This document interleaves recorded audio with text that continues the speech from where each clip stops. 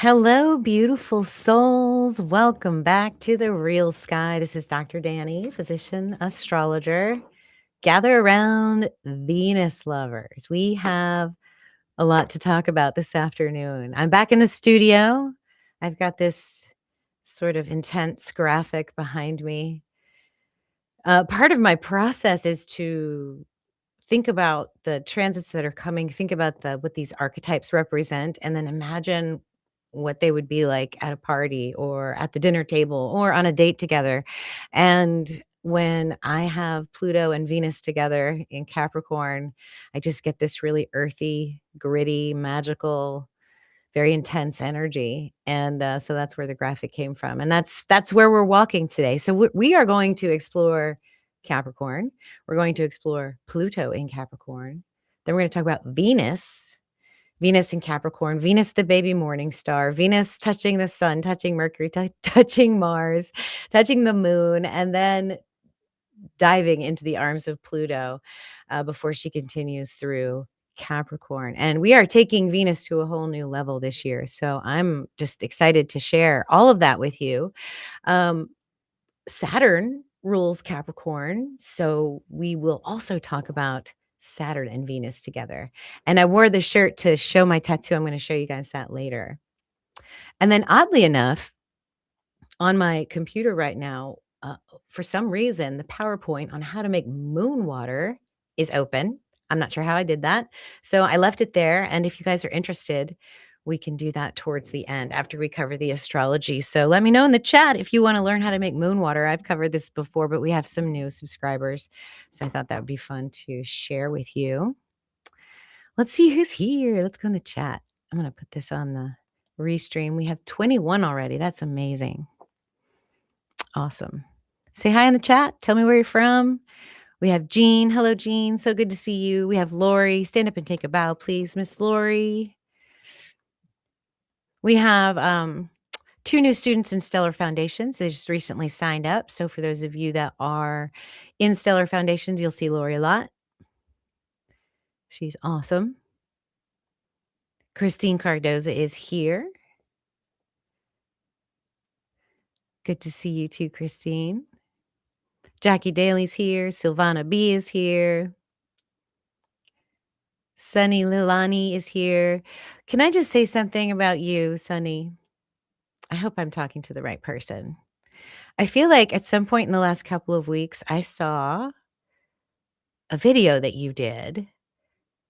I think it was a song or a poem to music, and it was so beautiful, and you tagged my channel, and it was so sweet and heartfelt, and I've been thinking about that. I was like, "Where did I see that?" And so I saw your name again there, and I just wanted to say thank you. That was really beautiful.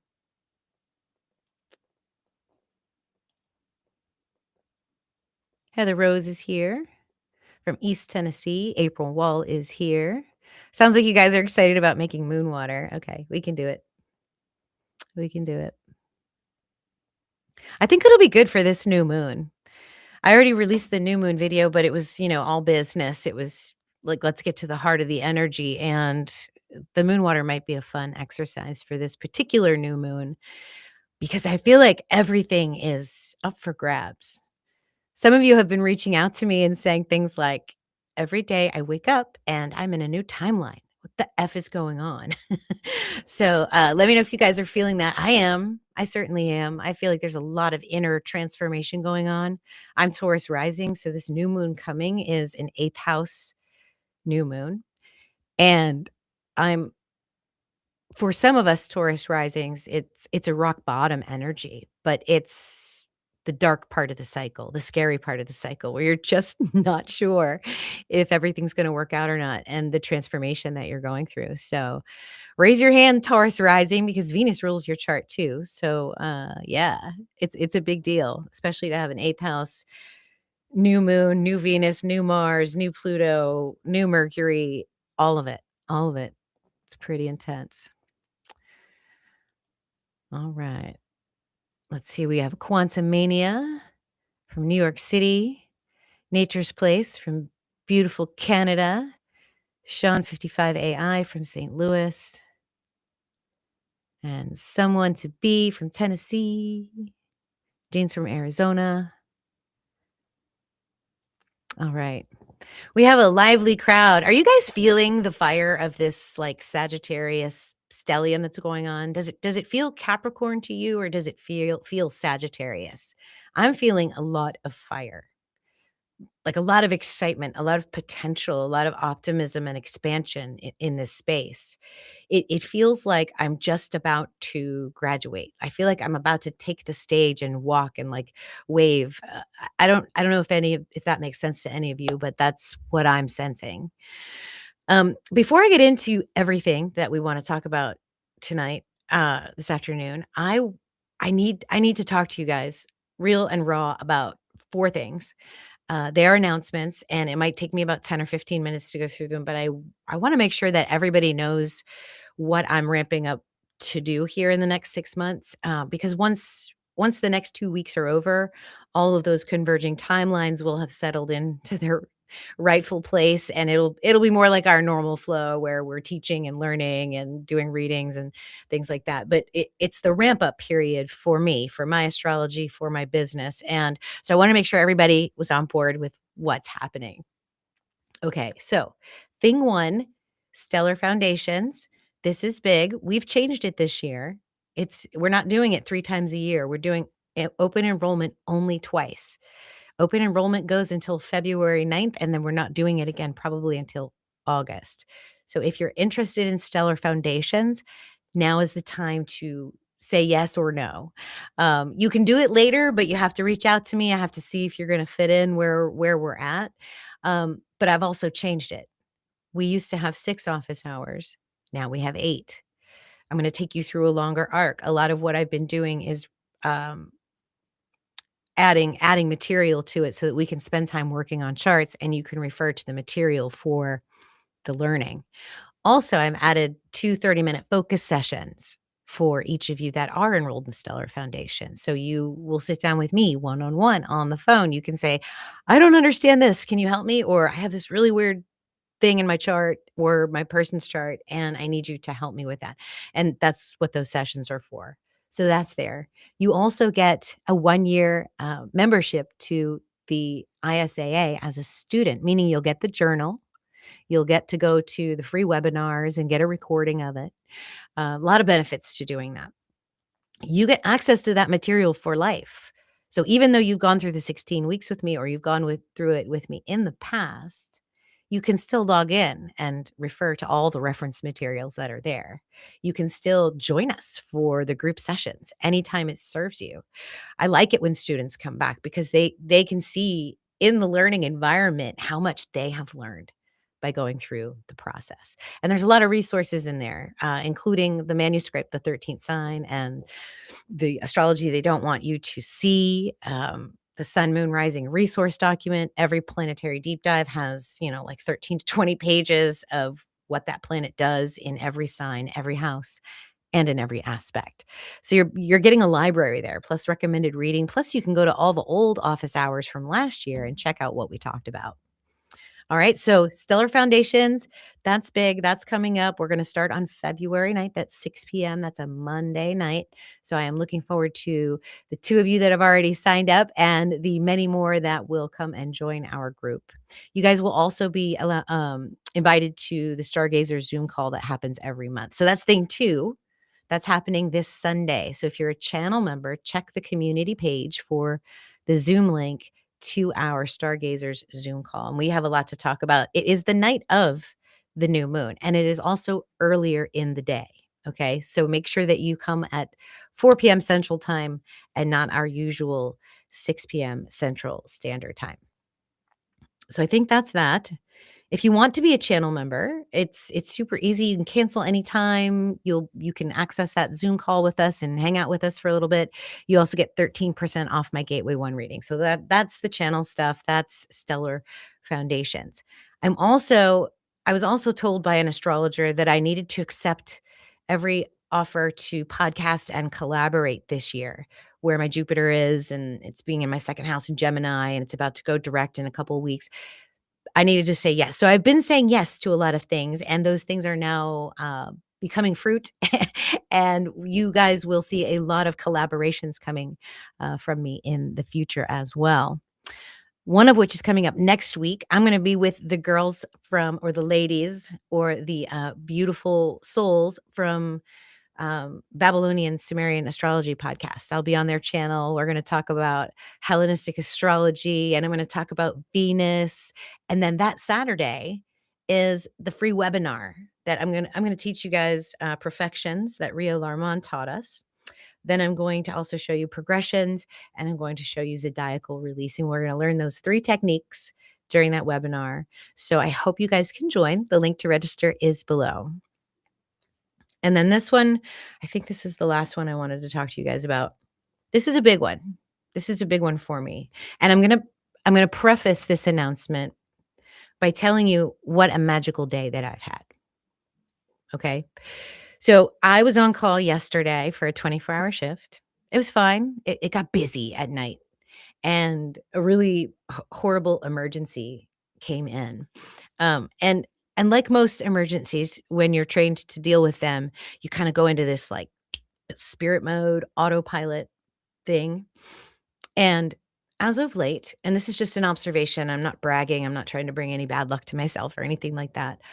But when I surrender to that mode, the best possible outcome happens every single time. Even though it's not always a great outcome, the best possible outcome shows up for me. And I've always wondered why. And I've been doing a lot of self-searching over the last couple of years. I've been doing exchanges of energy with readings with other oracles and other people that are healers, just to kind of figure out, what is it? What's the magic? Where is that in me? Where's my magic? And so I've discovered, my voice is my love language. That rings home for me. I'm supposed to teach. Like, I can't just learn something and sit on it. I've got to process it, and I've got to give it to the world. I also love to help people. And I got a reading today with Miss Annalena Fuchs, who, if you don't know who she is, she did the Sidereal Summit this past December, and I was one of the keynote speakers. And so we did an exchange of readings, and I gave her a Venus reading, and she gave me my human design. And I've had 2 other human design readings, and they just confused the crap out of me. But hers was like so on point. I had to literally like lay down and integrate that. And really the bottom line of the reading is you need to just kind of like speak your truth. Just sit in your truth. It will be provocative. Some people won't like it. Some people will. Some of you are going to go on this journey with me, and some of you aren't. And so I'm right here at this point where I need to speak it. So that's what I'm going to do. And it is about the container yoni magic. Now, if you all will recall, about 2 weekends ago, we did the sex and astrology. Yes, the planets do it too. And we invited those of you that were interested to our initiation call. And the initiation call occurred on January 6th. This was the superior conjunction of Venus to Sun. This is the beginning of a brand new Venus cycle. And I've always been interested in sex. I've always been interested in the energy of orgasm. I've always been sort of curious why it was a problem for some people. And, as someone who went into medicine, women's health just made sense for me. The whole act of getting pregnant, fertility, knowing your body, taking care of yourself, working with women on the psychological level, it's given me a very deep understanding for how women work, how I work, how you guys work. And one of the things that I've really wanted to do is be, someone that is helpful in that regard. And I've been racking my brain how to bring astrology into that. And I think I've finally done it with this yoni magic, because we are aligning our journey to the evening star phase of Venus. So we started our call on January 6th. Our first meeting is this Sunday night on the 18th on the new moon. It's the dark moon. We're going to do 10 dark moons until we reach the Venus retrograde conjunction, and we're ending in a retreat. It's very special. We're combining the magic of arousal, the astrological energy of Venus and Black Moon Lilith, and the magic of the dark moons. So if you're interested in that, the call is this weekend. The link below takes you to an information page. I want you to read it very carefully because it's essentially the syllabus and what you'll be learning. There's also a link to the sign up pages so you can read more about what each level means. And then if you come on Sunday and you join our group, this is totally free. There's no obligation. We just want you to see how we are preparing for the in-person retreat and what all that entails. And if you're called to it, then you'll join. Then you'll be with us. And if you're not, then you'll have more information that this kind of thing is available. So that's the last thing I wanted to talk about. And I'm sorry to take up your time. You guys can just fast forward to the astrology for those that have been watching. But it's been an interest of mine. I used to watch Dr. Ruth Westheimer as a young woman. And I just thought she was the cutest thing. If those of you remember who she is, raise your hand, let me know. Um, it was this little German lady. I think she was German anyway. And she always had her little pearls and her little dress on. And she would always talk about the clitoris and orgasm and in a very clinical way. And she was so cool. I had a mentor when I was in residency, and her name was I'll just call her Dr. Pam for now. And she really did a lot of work with menopause and wrote a book and was like, helped us in the field understand menopause as a problem rather than, not a problem, but something how to manage easier than just being on medications because some people can't use the hormone supplements. So I've always been, part of this field and I want to bring it to astrology. And that's part of why I do these Venus forecasts. I work with Venus very personally. This will be my fourth conscious Venus cycle. And I get to do it with a group now, and I'm just thrilled. So I'm so excited. The other people you might remember are Berman and Berman, the twin sisters. One was a urologist and one was an obstetrician gynecologist, and they were sexperts. So yeah, so that's the new road I'm taking this year. It's been slowly building over the year, especially when I was working on the Venus manuscript with Black Moon, Lilith, and Venus. So, believe it or not, I was really actually terrified to say all of that, but I feel really good saying that. So, I hope to see some of you guys on Sunday when we go through the first dark moon. It'll be an orientation, a sharing session. We're going to teach you about orgasm, and then we're going to tell you what the rest of the dark moons are like and what the final retreat will be culminating towards. So, all right, I am going to put you guys out of the chat window here and we're just going to shout out Beth Harmony Goddess right here. She just became a member. Thank you so much, Beth. I appreciate you. Yeah, she has her own YouTube channel too. You guys should check her out. And she's also a Venus lover, I'm pretty sure. I think we've talked about that. Former tropical astrologer, if I remember correctly. And one of the other collabs I'm doing is another tropical astrologer that switched to constellational astrology has reached out to me. So I've agreed to potentially talk to that person. And then we're going to have Annalena Fuchs on our channel as one of our modern magicians. Let's see who else. Logan, at some point, is going to show up. But whenever I drop an email, he disappears for a week. So we'll see what happens. But he's always invited. We enjoy talking to him. So I think that's everything. That's what's going on in my world. I know it's been kind of quiet, but I've been so busy with the other house and with getting all this ramped up for you guys. And I'm just looking forward to finally settling into the work and stopping all the marketing. So I love y'all so much for hanging in there. What do you say we get into some of this material that I have for you? See who else we have.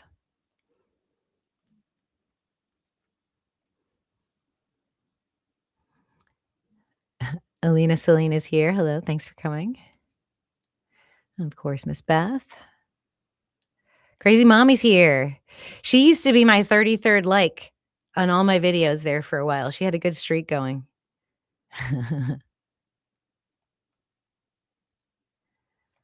And then at Nature's Place is here. Yep. You remember Dr. Ruth?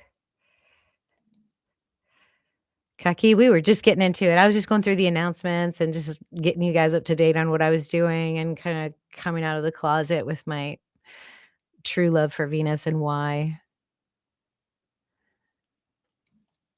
Hey, Ultimus, thanks for being here. Awesome. Cool. All right, guys, you ready to get into it? Let's get into it. I almost forgot why we were here. Venus. This is amazing. I'm going to show you the sky first. Hopefully, y'all can see this.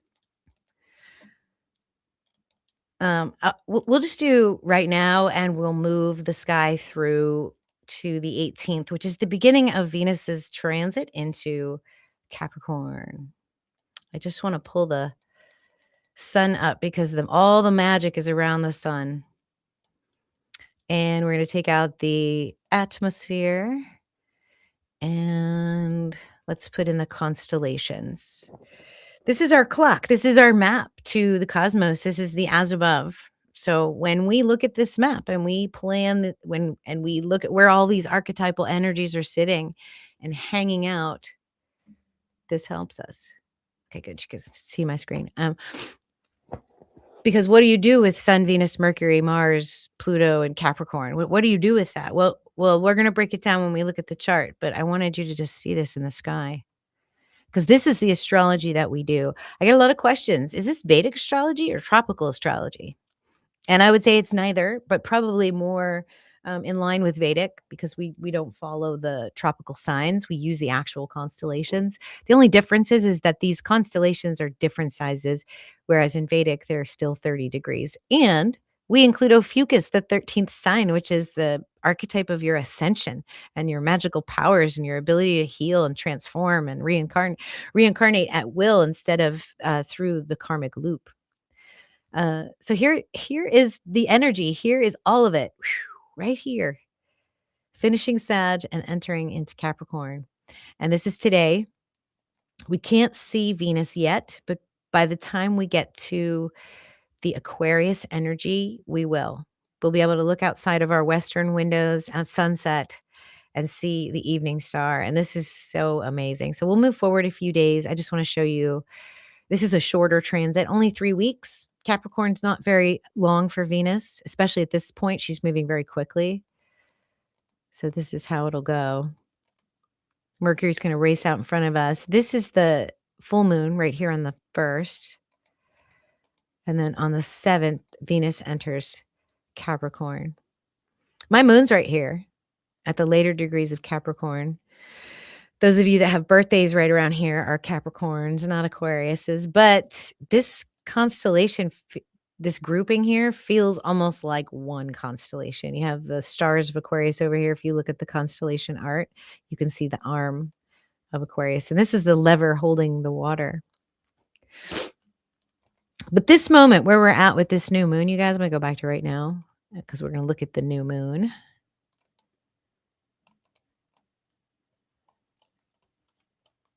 This is a moment of many, many resets. I titled this new moon, "We Don't Even Have Time to Grieve," because reset after reset after reset, you are going to wake up feeling like you have jumped timelines for a couple days in a row if you haven't already. This is that energy. So the best thing to do through this is to stay focused, stay centered, like know who you are, know what you want, and things will settle out the way that they're supposed to. Sometimes walking through the day, like, I just got here, kind of look at it as a game, like it's a new level on a video game. I don't know. It's just that weird. On the global scale, this is a lot of chaos. And this is chaos that those in the know use for their own purposes and their own good. And so you should too. Because when chaos is around you, you're actually a magician. You can set intentions. You can ask the universe for anything you want right now. Good or evil, however you want to label it, you can ask for that right now. So I ask for things for me, for my family, for you guys, for constellational astrology, for my channel. I ask for all of that here because this is where it happens, the beginning of this new moon. And we'll do some moon water at the end of this. So I won't actually do it, but I'll give you the instructions. And you actually will leave the moon water out during the day on the 18th, and then you will save it and you'll drink it on the full moon. That's basically what you'll do. So get ready to do that. This is going to be a very magical day, the 18th of January. All right, let's zoom out and look, see what this looks like from more of a solar system perspective. This model serves us very well in modern constellational scientific astrology.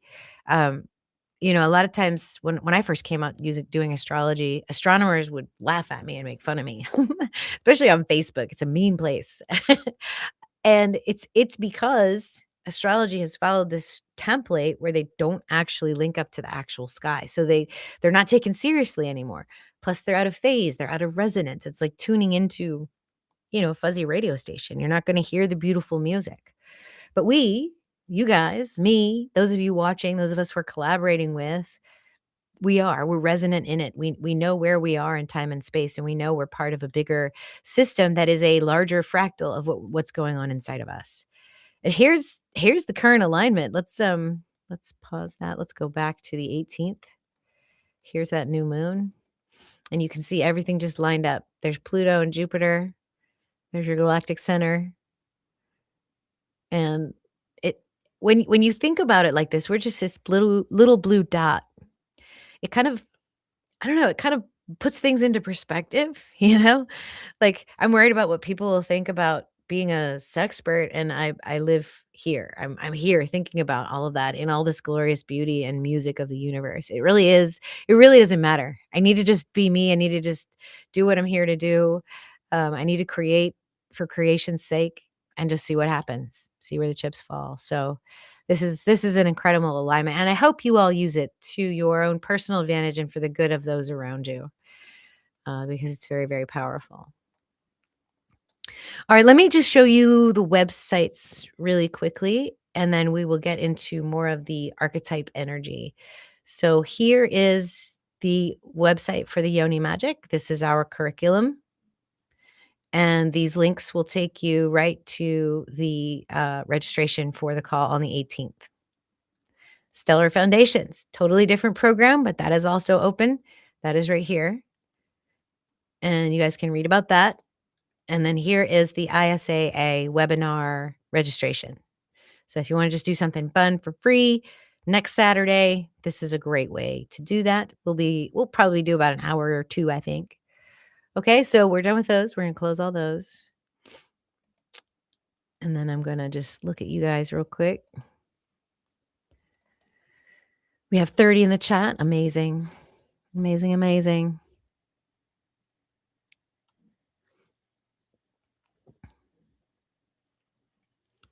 I don't know. I can't scroll through the screen, but I can do this. Okay, there we go. All right. See if anybody new said hello.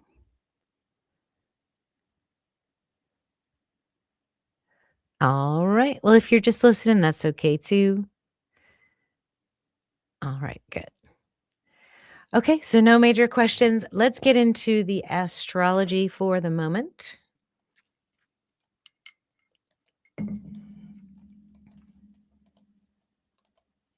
I have a short presentation. I was very busy yesterday, you guys. Oh my goodness. All right.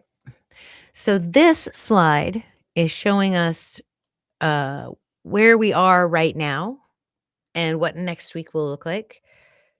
I did the next calendar so you can see the difference. You can see the actual shift in the energy.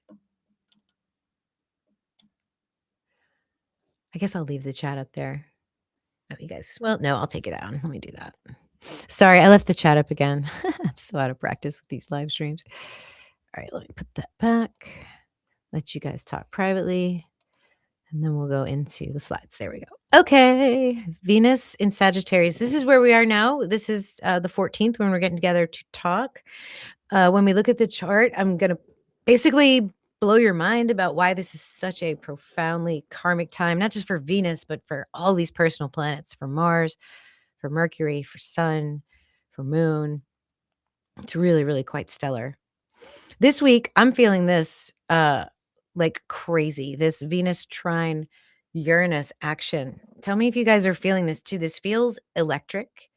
Like, I was so excited today to get on camera and talk to you about this energy because there's a lot of things opening up for me by allowing myself to explore this pathway of the Yoni magic container.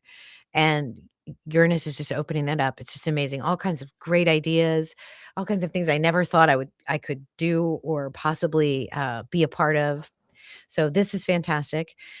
Venus here in Sagittarius is still pretty fiery, right? She's still with that fiery heart, following whatever passion she's most alive with right now. Uranus is still retrograde, but will station direct in just a few days. Like literally, I think the day after either the full moon or yeah, it's on the 3rd. Uranus stations direct. So Uranus is actually slowing down right now, which is why this feels like a really long transit and feels really intense. When a planet is slowing down, they're very still and their energy is very, very powerful. So that's fun. Then we have, I'm going to explain all three of these lines, the opposition to Jupiter, the conjunction to Pluto, and the sextile to Neptune and Saturn, as well as the sextile to Lilith. So if you thought this was charged, or this conjunction was charged, or last week was charged, this week is very charged because of all of this. This is a short contact, but it basically lasts the rest of this week and into early next week. So we will look at a chart shortly. I'll go over that with you. And then we're going to get into this week. So you can see how the energy for Venus, it literally shifts. You'll notice on this previous calendar, that's the day she meets Sun. That's behind the Sun in superior conjunction. And the influence of Sun slowly wanes as she races away. So by early February, I can't guarantee it until mid-February, but by early February, we should be able to see the evening star Venus. I'm so excited. It's my favorite part of the cycle. This is alive with experimentation, ideas, creative output, connections to people, collaborations, new relationships. So whatever disrupts itself during this new moon that's coming up this weekend, this magical Sunday that we're about to have, where we're going to create our moon water and save that magic till the 3rd, or the 1st, where we have the Cancer full moon. All of that is shifting. All of that is changing. So we're gonna gather that fire. We're gonna gather that Venus square Uranus. We're gonna gather her sextiles to Saturn and Neptune, and her sextile to Black Moon Lilith, conjunction to Pluto. I mean, just so much energy right there. But you can see how we'll be able to see her. And there's even more influence later on in the month. And we're going to look at this on the wheel too, but let me just run through this with you. For those of you that have never seen these calendars before, I try to use the symbols. I try to keep it as simple as possible. On the 28th and 4th, you see these little orange birds.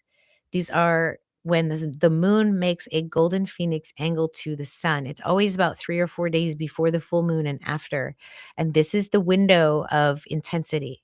It's almost as if the lunar intensity goes up, it hits that golden angle, it dips down a little around the full moon, and then it peaks up again, and then it wanes away. There's almost like a double dip there. And it's because of these two angles, I think. It's at least that's my theory. Venus is going to have a pretty chill week. After everything moves into Capricorn, we're going to adjust to that shift pretty nicely. And then on the 31st of January, basically until the 8th of February, Venus will make a sextile to Chiron. And Chiron is our wounded healer teacher. He's a sign of our greatness and the sign of our deep subconscious wounds. Sextiles are opportunities, and Venus is our creativity. So we have an opportunity to creatively work with our greatness or our wounds, whichever you prefer. Chiron doesn't care. And during that sextile, we're going to have that Cancer full moon. I'll put out another video for that by your rising sign. Are you guys liking the short videos every day, by the way? The little lunar forecast, is that helpful to you? I feel like I want to practice what I preach. I always say, we've got to understand our lunar cycles. We have to understand our Mercury cycles. And then, I'm doing the advanced stuff with the Venus cycle, but this is what we're doing right here, right now. We're working with our cycles. So I figured if I do a daily lunar video, people can link into that cycle with me, and we can start breathing in that lunar month. And the new moon is, I think, a lot more energetic than the full moon. And I feel like when you tap into lunar energy at the beginning rather than when it's peaking, it's a lot more fun. It's a lot more aligned with who you are and what you want to do. So we'll have that Cancer full moon. Uranus stations direct. So this whole week leading up to and the week after, Uranus is moving very, very, very slowly. And the very next Golden Phoenix angle with Sun and Moon on the 4th of February, Venus will pick up a square to Uranus. And then on that weekend of the 7th, she moves into Aquarius, a completely different kind of Venus energy. Capricorn's kind of gritty and heavy and very commanding. And Venus in Aquarius is much more chill. It's much easier. It's friendly. It's also wicked intelligent. So that will be fun. That will be something we can look forward to. And then, of course, Venus in a Golden Phoenix angle to Jupiter. I haven't really analyzed these. I'm not sure what's going to happen here. So I saw that and I wanted to point that out. That the week this is my husband's birthday, so we'll see what that means. It just feels like sudden expansion or an explosion. It could be an explosion. Who knows? But anyway, I'm excited to see what that feels like on that day. I think I have a chart next. Yes. Okay. Here's where we're going to get into it a little bit. Let me do one more thing really quickly so you guys can see my cursor.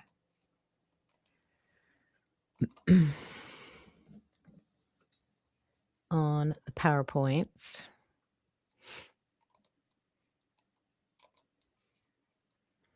And then we will put out the marker. Good. All right. Can everybody see that? I think you guys can see that. Thanks, guys. I see your comments about the videos. Appreciate it.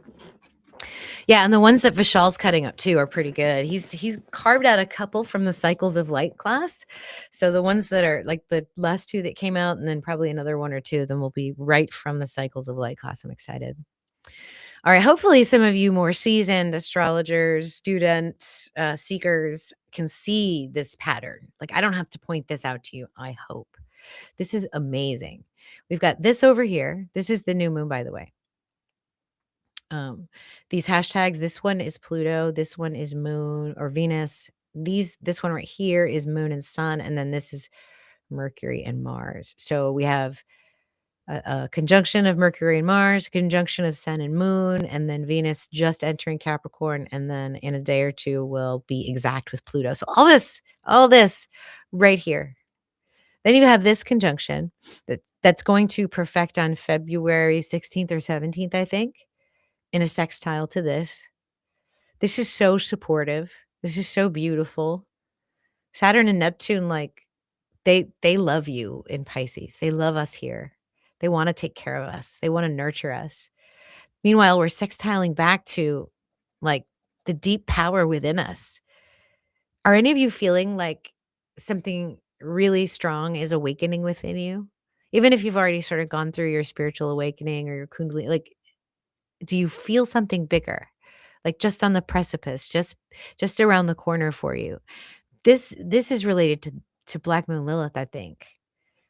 I think if you're willing to see it, it's a very supportive and non-judgmental energy for the really powerful and scary side of yourself to be seen and to be heard and to not be judged. And that's what I think this is right here. And then we have Uranus over here, sextile to Neptune and Saturn. And Neptune and Uranus in a nice aspect like that is mastery. Like you can't change things like Uranus wants you to unless you've mastered Saturn. And Saturn's lying in Neptune's arms right now, like just being loved and being cherished for being Saturn. And it's like it feels like an energy where we're finally saying, yes, you've mastered.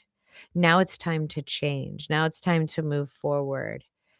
This is right on my ascendant too, this Uranus, so it's very resonant for me right now. I don't know. What are you guys feeling? Are you feeling the same thing? Let me know because I don't have all the answers all the time. And this is such a unique configuration. Do you see how Saturn and Neptune are making that trine to Black Moon Lilith and sextile to Uranus? Very supportive configuration to show up, show yourself. No judgment here with Uncle Uranus. He doesn't care. He just wants you to be you. And then the supportive aspect to Pluto to all of this. Meanwhile, each planet is going to go through this Pluto crucible. The moon will be first, then it'll be Venus, then it'll be Mercury, then it'll be Sun, then it'll be Mars. Each one of them are going to go through the Pluto crucible through this point in this configuration. So I just think it's so interesting because this is all long standing. Pluto doesn't move very fast. Neptune doesn't move very fast. Uranus doesn't move very fast, and neither does Black Moon Lilith. And then we got all this in an opposition to Jupiter, expanding the mind, expanding your beliefs, changing your beliefs, maybe disrupting your beliefs. And Chiron is at the heart of it all. Like, this hurts. I'm letting go. But this structure right here is so supportive that the changes that are necessary are going to happen. And in a normal alignment, maybe you cry a little bit or maybe you feel some grief or loss. I just don't think you're going to. I think you're going to feel like liberated in a way. I hope that makes sense. So Chiron's going to open that up. You're really going to crack into something. It's at 33 degrees, which is that magical number. It's related to Christ and the sun and all that. And Miss Venus is starting her journey through Capricorn with that point, this ping right here to this whole geometry that's contacting everything, contacting Black Moon, Lilith, Jupiter, Uranus, Chiron, Saturn, and Neptune. And it's amazing. And by the time we get to Aquarius in the end of February, Venus will be right on the North Node. Very karmic energy. So I think this image is fitting, the background image. This is very intense. It's very quick. It's very fast. You're not going to have time to like say, what just happened? Let me talk to you briefly about Venus and Pluto and Saturn energy. I want you guys to really understand this, what we're in for in terms of what Venus feels like. I'll do Venus and Pluto together first. A lot of you that have this are hide it, and I don't know why. I guess because Pluto deals with secrets, but the real funny part about this is that a Venus-Pluto combination is so powerful, especially when you recognize that magic that is Venus. Pluto will deliver that for you. All right, so when Venus meets Pluto, the landscape of love and creation change irrevocably. This isn't a light encounter. It's an initiation into the mysteries of desire, death, and rebirth. Venus, the goddess of attraction, beauty, and embodied pleasure, steps into the underworld of Pluto, sovereign of transformation, shadow, and power. That's where sovereignty comes from that Black Moon Lilith energy and Pluto. This is a meeting that awakens a frequency of both annihilation and resurrection. This energy is not settling for surface interactions, okay? You're going to feel that. Anytime a faded interaction comes to you, it isn't, "Oh, hey, how are you? Oh, I hear you're from so and so. How's the weather over there?" No, it's going to be like, "Show me your soul." Depth, truth, surrender, no illusions, the raw essence of what lies beneath. Venus, when touched by this force, sheds her layers of performance and stands in her most radiant authenticity. It's so, I mean, this moon's going to change everything. Their union reveals a beauty, excuse me, that is not fragile, but indestructible. It is the beauty of transmutation, of digging yourself out from the underworld and appearing before the sun. So love is the forge for this alchemy. Creativity ceases to be mere expression and becomes invocation. So whatever you say, whatever you do, when it comes from a place of inspiration, it's going to be contacting a deeper energy. Manifestation force arises not just through the desire for it, but also through the crucible of release. That's Pluto. You got to let it go. This is like Phoenix frequency. Icarus, flying too close to the sun. It's sacred intimacy that burns away what's false, leaving only what is eternal. Now there's shadows here. If you've got some bad aspects, or you haven't really considered what's going on in your chart and how to work with it, in unawareness, Venus and Pluto can distort into control, obsession, jealousy, manipulation. Because what's the dark side of Pluto? It's power, right? It's control, it's darkness. And while Venus can soften those edges, it's still there. And Venus is relational. So when it comes to the other, you want to take, you want to control, you want to possess. Erotic energy can be weaponized with this combination. Power might be sought at the cost of connection. So, in other words, you'll use that relational energy to gain power. It's vampire energy almost, right? So, this reveals the shadow of trauma and karmic entanglement. And when you see that about yourself, if you have that kind of stuff in your chart, you can see it, you can recognize it, and you can heal it. So if you approach it with reverence, this combination, and you see this in your chart, this connection becomes a sacred teacher, showing you that pleasure is purification. Intimacy cannot be possessed, it can only be surrendered to. Venus magnetizes, Pluto penetrates, and together they reveal that desire itself is the path to transformation. So here, love becomes fire and creation becomes resurrection. Now let's talk about a conjunction. So that's because that's what we're going to have here in just a few days. And this conjunction can happen in your chart. So I'm going to just dive a little deeper with you on this.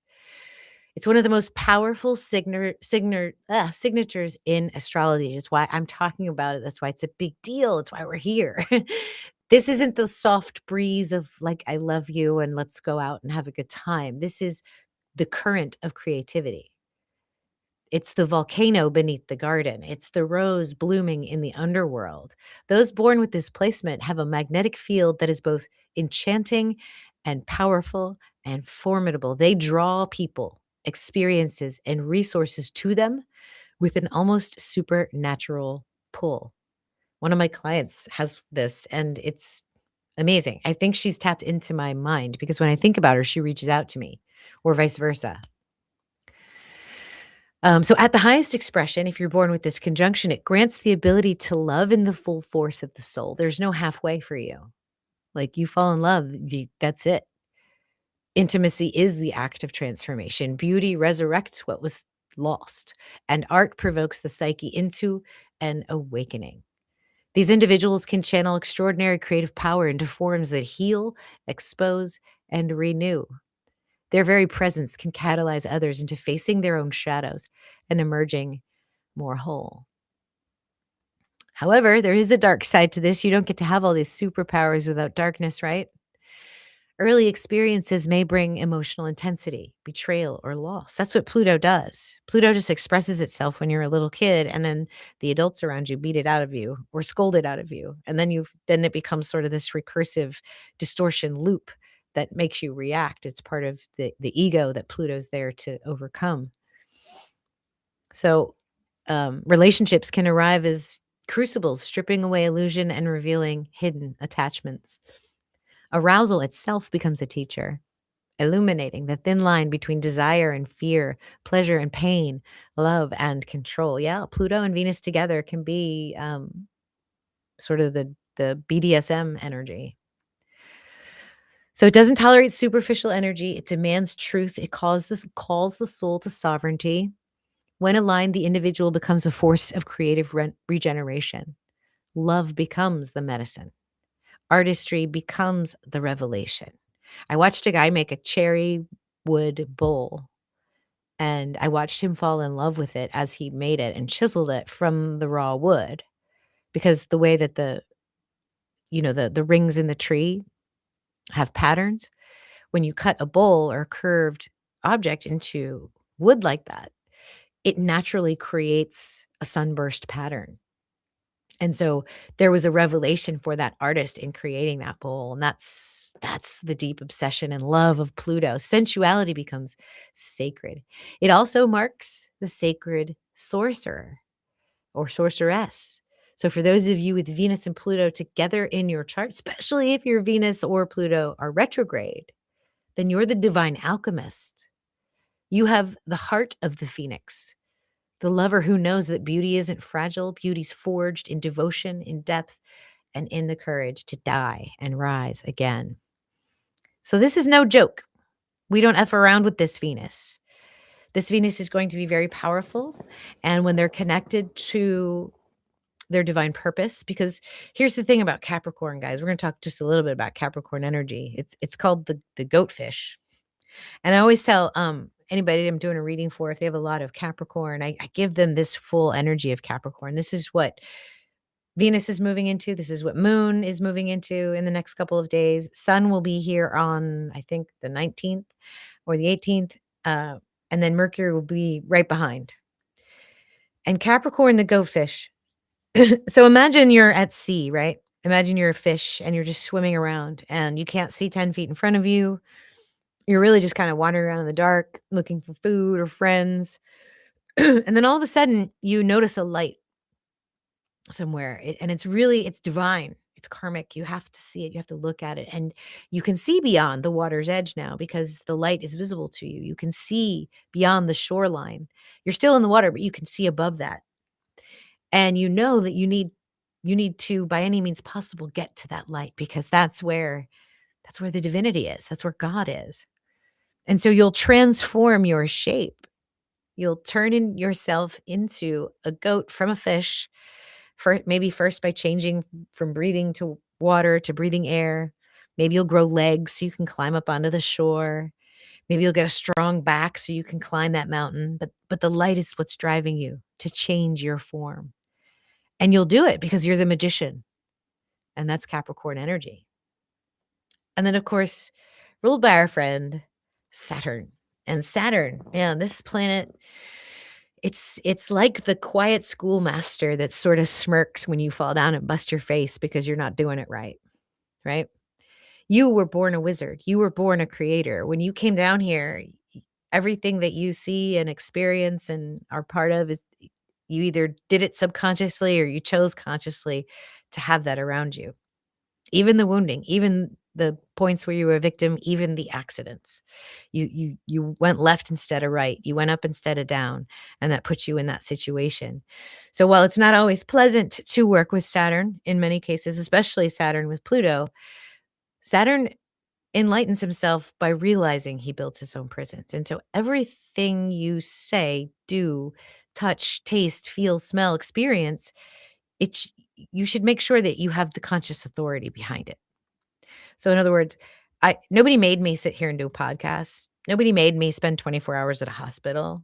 I made those choices. I said, "Yes, I'm going to be there. I will be here and I will show up because I said I would and I want to." And I could have just as well made the choice not to, and those consequences are a result of that choice, you see. And that is how Saturn teaches us. And it's harder, when you first start adulting, like, that from age 21 to, like, 30, it's hit or miss sometimes in learning to adult and be a good adult. But, your 30s to your 60s, when you're in your 2nd Saturn cycle, you know how to be responsible. You can take care of yourself. You're contributing to creation, in service, hopefully, and you're building your legacy. And then after your 3rd Saturn return, then you literally, like, you should be the master, you should be the teacher, you should be sitting back and allowing yourself to work smarter and not harder. And so Capricorn is a wonderful ruler. I mean, Saturn is a wonderful ruler of this space because it is about creating. Once you have that passion, once you have that spark, that inspiration, that divine fire, then you know exactly what to do, and what you do is effortless. So this is Venus and in all of this energy, and this is what we're dealing with this week. So, right before this new moon, a little bit after this new moon, and then everything shifts when she actually moves into Capricorn. So let me get out of this PowerPoint. This is such intense energy. Whew. I feel it. Okay, so the next thing I want to do is we'll go through the chart. I want to show you Venus in action in our charts, but I need the software to do that. So let me grab that really quickly. How's that landing with everyone? It's intense, it's crazy, it's a different reality every day if you want it to be. All right, let me go to the 18th, and then we'll share screen here in a second. Is anybody else sweating after that reading? I am. Oh my goodness. All right. I got that. Let's see what you guys are talking about. Show you on the screen. Shirley Bastain, hello from down under. Hello, beautiful soul. Thank you for being here. Good to see you. Mary Mystic Lorna was here. Hello, friend. Thank you for coming. Lori's feeling it. Lori's agreeing. You guys like the shorts? Good. Ooh, the African wolf is here. Hello. The elite savior says Venus is about to free Iran. If that's what you wish. And you guys are talking about some resorts for some retreats. That's good. I think that's gonna be a big part of my future is retreats. I'm just loving the idea of having the in-person connection.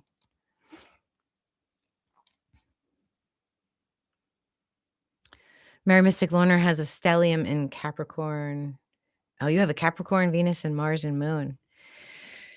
Yeah, depending on what house it's in, will depend on what area of life the big shift will come into, where you'll have the most chaos to work with.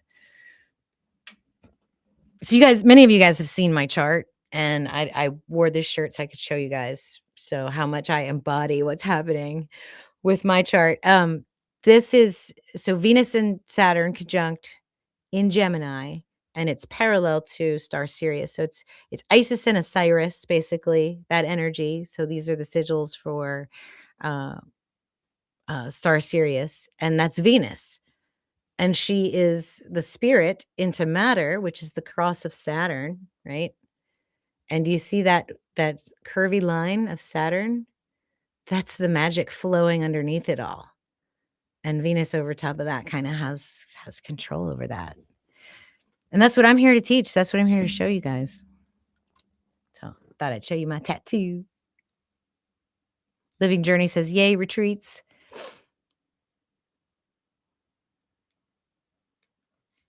Awesome. Okay, let me think. What else were we going to do? I was going to show you the true sky, and then we're going to learn how to make moon water, I think. And then if you guys have questions or anything you want me to touch on before we close it out later on, let me know in the chat. All right, let's share again and look at the true sky. This is Athen Commenti's software, truesky.masteringthezodiac.com. For a small monthly fee, you too can look at your chart. And for beginners, it's amazing, y'all. If you don't know anything about astrology and you just subscribe to this for 1 month and then put your chart in here and study it, you can click on these and he doesn't get me any money. I love the man. I'm so happy he's out there doing this. So you can see exactly what's happening in your chart. And then you click on the middle and you'll get the aspectarians, which you'll learn how to read in Stellar Foundations. All right, so let's watch Venus for a little bit. Let's see. So starts it off with a bang. Like literally, I'm going to shift from the fiery heart of Sagittarius, hitting this node on this geometry, shifting energies, and then landing with Pluto. So we've talked at length about that energy, how powerful that is, how we don't F around with that Venus, and how she's really just blessing this whole geometry. So that's the intro to that Capricorn transit. See, Mercury will be right after Venus there, and then the Sun, and then Mars will follow. So you see everybody's moving into Capricorn. So now Venus, once she breaks away from her connection with Pluto, she will pick up, she'll spend a few days. Actually, I should have showed you earlier on that chart, all those transits that Venus is doing, she's doing it with Mercury at the same time. So this is a whole other layer of the Venus astrology too. As she moves through this Capricorn phase with Mercury, you guys get what's called a genius mind. So in other words, if Mercury is responsible for the exchange, for the business, for the transmission, for the trust, for the truth, Venus is the act of creation. It's the inspiration to do it. So it's like the left side of your brain is Mercury, the right side of your brain is Venus. And when they're together like this is the divine hermaphrodite, right? Hermes, Mercury, Aphrodite, Venus. Not in a weird, kind of strange sexual way, but it is the combination of being able to bring your genius out to the world for people to see it. It's also the start of a new Mercury cycle. So if you guys want to manifest, you should really write down your intentions, sing out your intentions, paint out your intentions, podcast your intentions right now in this week, before this weekend and into the early part of next week. It's all just very, very ripe for that. But anyway, so they're traveling together. So you have the opportunity to have both sides of your brain working on the same thing at the same time. And as they move together, again, relatively unaspected, they're just with each other. So you can build and create in your mind. The moon will make a few aspects during the week prior to, but then Venus picks up a sextile to Chiron. That was what we saw in the time map that I generated for you. And again, that can be mental healing, sexual healing. It can be creating something beautiful that heals or wounds or brings up wounds, kind of exposes what's been wounded. That's very possible. It should be truthful. Let's see. Then Venus will pick up that square to Uranus as well. So we'll have a sextile to Chiron and a square to Uranus that week. And then it's bam, right into Aquarius energy. And she will be making contact once again with Mercury when he goes retrograde and then with the lunar nodes. So very karmic energy. If you have Venus with the south or north node, that means Venus is important in your chart. Even if you don't have Venus rising or if you don't have Taurus rising or another sign that she rules, when she's on your lunar nodes, she's part of your architecture for sure. And so that's what we're working with. A lot of intense energy, like right now, over the weekend into the new moon. This is one of the most intense new moons I've ever seen. And then that energy shifts, it changes.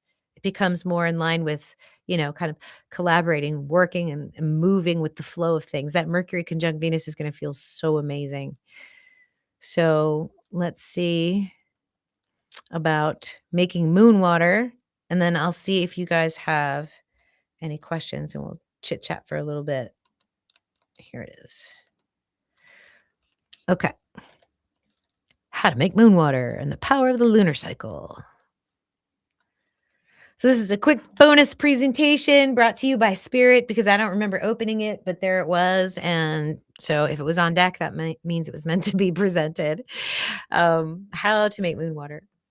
So what is moon water? Moon water is the water charged under the energy of the moon. And you can do full moon, you can do new moon, you can do eclipses. Some people say don't do eclipses, some people do. You use it for manifestation, cleansing, spiritual attunement. And the reason you use water is because water is actually like a liquid crystalline. It holds a charge. It's receptive to energy. It will conform to climatic waves when a vibration is sent through it. And so it's really a perfect vessel for lunar energy. And you could pick like I said, you can pick the new moon or the full moon. The full moon, if you do the moon water, you want to put it outside at night because you want the moon to be out when you're charging the moon water. So if you're doing full moon, it's nighttime charging. If you do new moon, it's daytime charging. So if you need more energy, if you want something to get bigger, then you're going to create full moon water and you're going to use it for your new moon intention the following new moon. Or you can save it till the next full moon. There's really a whole lot of rules out there and it's kind of like whatever feels right or feels like a yes for you. If you need heightened intuition, you want to heighten your clairvoyant powers, use full moon energy. People are much more psychic during the full moon and the new moon. So for new moon water, which is what you'll be doing for this coming new moon, is new beginnings, setting intentions, getting rid of what's not working. And then, of course, you can do subsequent moon waters if you want to get real fancy, especially if you're planting, using the waxing moon phase is great. And then the waning moon is for releasing, cleansing, and letting go. And that's what we're doing during this phase right now because we had our full moon on the 3rd and then the new moon's on the 18th. So we are releasing, cleansing, and letting go. Full moon water, you want to place outside at night to absorb the lunar energy. New moon water, place water outside during the day to absorb the solely lunar alignment. So full moon enhances manifestation while new moon supports new beginnings. All right, so just a couple of kind of like no, um what's the word I'm trying to common sense things. Use clean, filtered, or spring water if you plan to drink the water. You don't have to drink the water. You can use tap water or rainwater if you want, if you're going to put it in your bath or your hot tub or in your garden. Glass containers always over plastic because you're going to be storing this water for a little while. And you can also add crystals, but be careful, check, because sometimes if you expose water to certain minerals, you get certain oxides and byproducts that you don't want to ingest if you're going to drink it. So make sure if you add crystals to your water that it is safe for the water for you to drink it, or herbs or essential oils. Just always make sure that it's safe for you to consume. But you can do like a drop of peppermint oil in the water and drink it. It's so refreshing, or a drop of lemon oil. So here's where the magic really comes into play. That the setting up the moon water isn't that hard. As long as you kind of do the same thing every time and you know why you're doing what you're doing, why you're using water, why you're using it during a certain phase of the moon. The next important part is, like why are you doing it? So you're going to set an intention. Well, what's the intention? Well, maybe I'm going to be more brave. I'm going to be more okay with provoking people, just being myself. I'm not going to worry about it. So maybe that's my intention for the reset of this cycle. Maybe I'm going to really kind of just embrace what my future path is as according to spirit. Or maybe I'm going to try to be a better friend or lover or partner in my interactions with people. Whatever it is, have that intention, hold that in your heart, envision yourself doing that. What would it mean to be a better partner, a better lover, a better friend? What would it mean to actually expand into this different version of myself? What would that feel like? And speak it. So speak it or write it, however it is that you express yourself. You can write it and put it under the jar. You can work with fire energy and burn it. You can seal it in a letter and then open it. Whatever the ritual is, it shouldn't be too complicated, but it should make sense to you.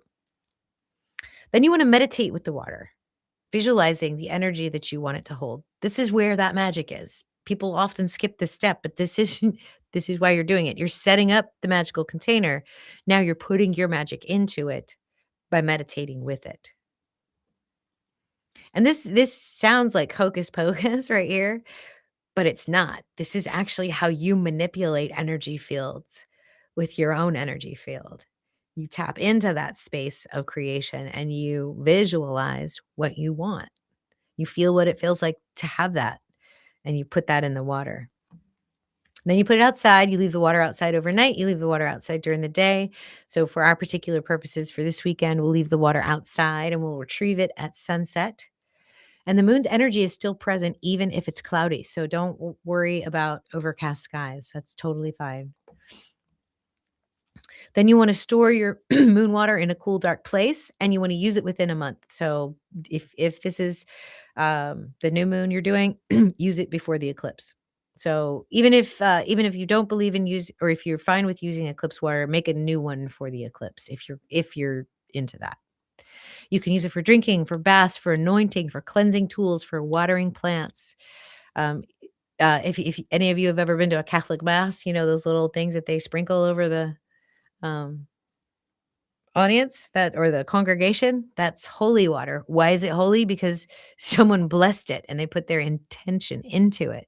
Um, and so it's not that hard to believe that you, as an energetic human with an intention in your mind to create something, can anoint your own, or to charge your own water and anoint things with it. So if you want to make healing water, if you want to make luck water, you can do that. You can infuse it with luck, and then you can sprinkle it on the things you want to bring you luck, and it will work. You can also sprinkle it around your home for energetic protection. So, some people say avoid using moon water from an eclipse because it's chaotic energy. But if you guys follow my work, you know we're all chaos magicians. And that's probably when we have access to the most magic. So, I know a few people that do it, and there's nothing harmful with it as long as you're prepared for the unexpected, I guess. And then only drink the water if it's purified and safe. And again, add herbs or oils, just make sure they're safe for consumption. And the intention will amplify the power of the water. So experiment with different moon phases, observe the differences in energy between full and new moon water. And then you guys can join me next time and let me know how that went for you. I'll show you what I like to do. A little show and tell. If you guys yeah, you guys can still see me. Oh no, I have to go to the camera. There we go. So I use this point crystal, which I have taken to the Sedona vortexes, and I have meditated and done sound tuning with at each of the Sedona vortexes, the Bell Rock, the Cathedral Rock, the Mesa Rock, and I forgot the church. So I tuned this crystal at all 4 of those sites. And then this was a piece of vortex juniper wood that was laying on the ground. And so I have both of these things. This is actually how I clear my space with a little bit of music. But this guy gets to go into the moon water and get charged during the day. So it does 2 things. It charges the crystal with sun and moon. And then the water gets the same energy that this crystal's holding. So that's what I do. If you have a special stone that you like. But that's magic. That is magic. All right, my friends. Well, that's all I have for you tonight. So if y'all have questions or you want to hang out and chat for a little bit, I can certainly do that and see what you guys are up to and what y'all are thinking about. I went live a little earlier today because I'm meeting with a special group of ladies tonight. It's my menopausal support group where we laugh and cry and talk about our deepest, darkest energies. So all right, let's see. Copper vessels are fabulous with water. Oh yeah, you can do that too. I agree. You could I mean if you guys know more than I know about that, you know what vessels are good and what metals are good and it works for you, do it. Do it. Lori's on a water fast. Oh wow. Are you following Heather? I saw that she was on a fast too. Can I please go through the Phoenix angle again? Yes, I guess I could do that. Let me find it while you guys chat. And when I find it, I'll show you. Golden Phoenix. Oh, I remember where it is. Super easy to get to. I have about 400 slide presentations on my computer, all organized by various topic and time frame. Okay, yeah, I can review this with you guys. I talked about this during the ISAA first annual meeting that happened in September of this past year. I went ahead and presented this, and the video from that is in the members only section. So if you want to see the whole video, it's over there. You can check it out. And I don't know if you remember or not, but yeah, let me just show you. Let me just go through a few of the slides so you can see what I'm talking about when I say the Phoenix angle. And I'll leave your comment up. That way people know we're talking about that.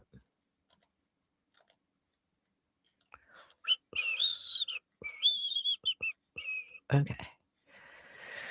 All right. So if you guys can probably see that.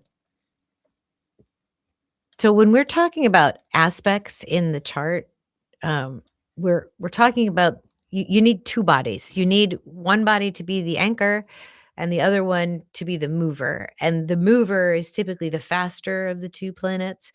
and it makes the aspect to. So the moon will always make the aspect to the sun. Um, Sun will always make its aspect to Mars because sun is faster than Mars. And when we look at the goal, there's all these other angles you can do in astrology. You have the trine here. If you see that, you see the grand trine. We also have the square angle, and you can set the squares up and turn them on each other. And then you get this line here, which is the sesquiquadrate. The distance between the two triangles, of course, is the sextile. The star is called the quincunx, or I'm sorry, the quintile and the biquintile. And then we have 7 pointed difference between the different angles and aspects, but no one's really looked at this, which I find very interesting. The green angle. This is what I'm calling the golden phoenix angle, mostly because it's super simple. The idea behind it, it's it's useful in energetic analysis, and it's derived from the phi ratio on a circle. Just remember that 22/7 equals pi, and it's a useful mnemonic for marking the moon sun golden aspect dates. So pi phi and 137 show up everywhere, and this is no different. And what you see here is, let's put the sun right here, for example, on this drawing. There's the sun. And the moon is going to move around like this. It's going to make its full moon when it gets here, and it's in opposition to the sun. But when it's over here, its angle of distance between the sun and the moon, this angle is 137.5 degrees, which is also the same number that's in the fine structure constant.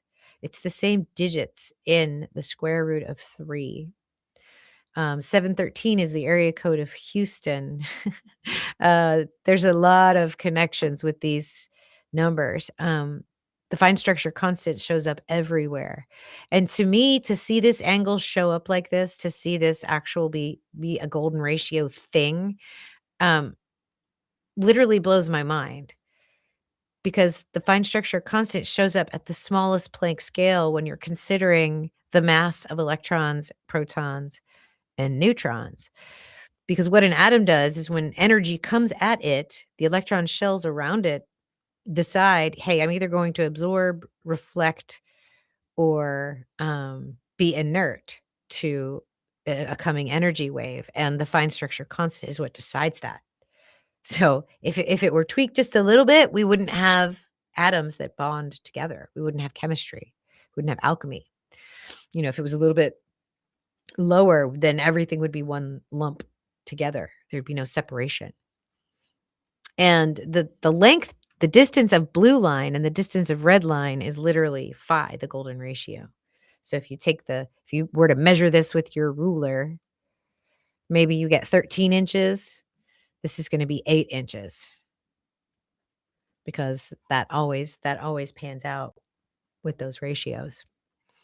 So to me, that made perfect sense. The distance in arc degrees between X and Y on that circle is 137, and their ratio and distance is the golden mean.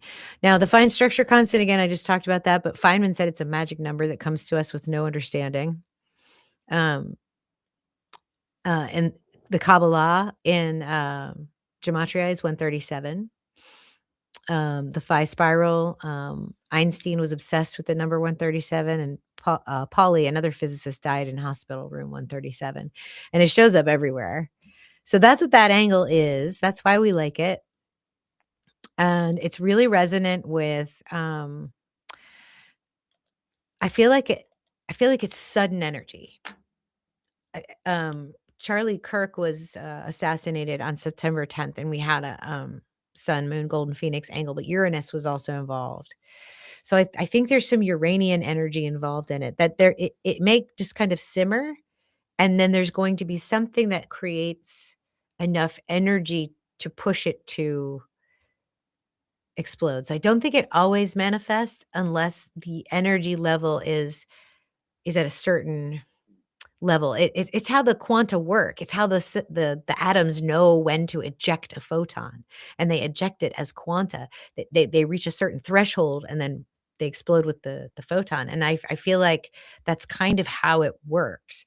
Like, there's something that builds pressure, and if it reaches that critical point, boom, and it's good, it's a release point. It usually resolves itself very quickly, and then it feels good, like it opened up something for you. I feel like that's what the golden phoenix angle does. So we're gonna look at that between Venus and Jupiter, on the 7th, 8th, and 9th of February. So I hope that was helpful. Awesome.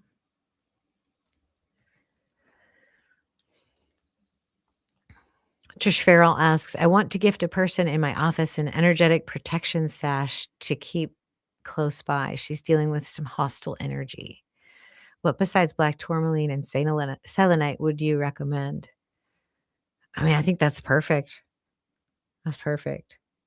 She also could invoke like the shield of righteousness, the sword of truth, the whole Archangel Michael invocation.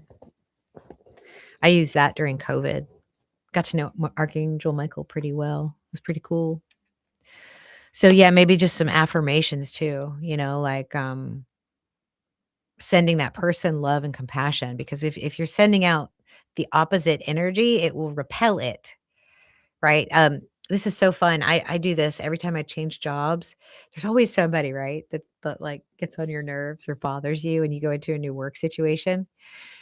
If you just sit tight with it and like send them love, they go away. I don't know what that is. Or you end up going away, or something changes where you're not in the same situation. So have her and Elena taught me this today. She said, well, when you want something, just ask the universe how it would come about, just sort of in an innocent and curious way. Like, let's say, for example, um, like, how do I get women interested into the Yoni magic container? Like, instead of, saying, I want to manifest this many people and I want to do it this way, I just say, how would that happen? So maybe, Trish, you tell your friend to fantasize, well, how do we resolve this situation in a way where I don't feel threatened? Something like that.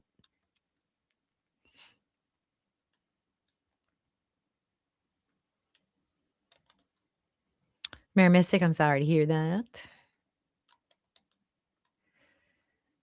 And you do rocks as well as tools and silver.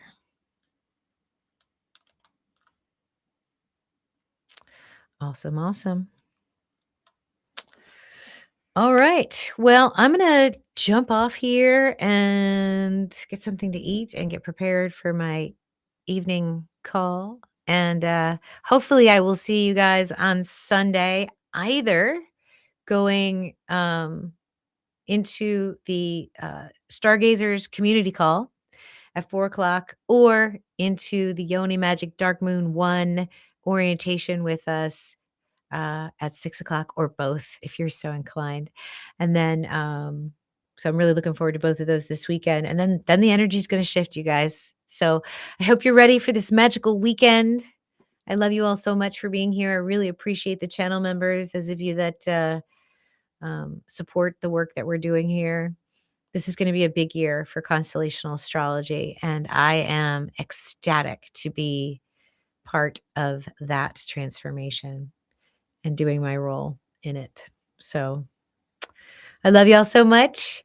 I'm going to give you the good vibes video as we close out and let you guys chat for a couple more minutes. And I'll see you guys next time.